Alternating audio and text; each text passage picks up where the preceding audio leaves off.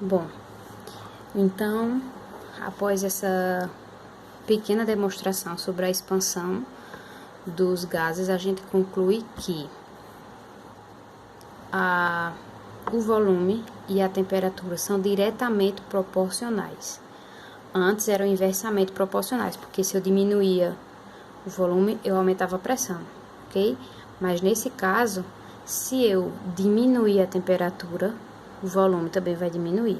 Se eu dobrar a temperatura, o volume também vai dobrar, como a gente observou no experimento, certo? Se eu aumentar a temperatura, o volume vai aumentar.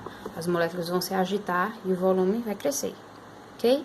A temperatura baixa, caracterizando frio, as moléculas vão ficar mais contidas, mais quietinhas, então vai diminuir o volume, por isso que a bexiga murchou.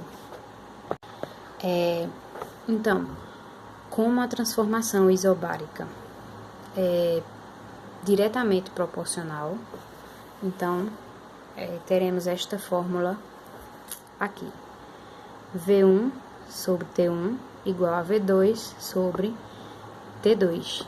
Volume inicial, temperatura inicial. Volume final, temperatura final, ok? Bom,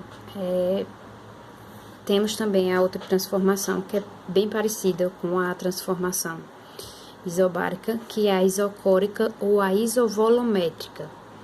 Então, a gente vai trabalhar apenas com pressão e temperatura. Nesse caso, o volume vai ser constante. Então, ela também vai ser diretamente proporcional, né, da temperatura para a pressão.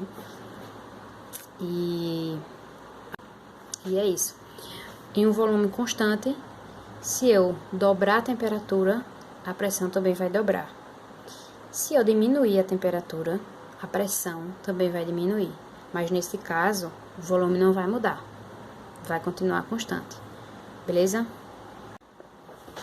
Bom, como também são diretamente proporcionais, na transformação isovolumétrica, o volume constante, observe que o volume não vai aparecer aqui.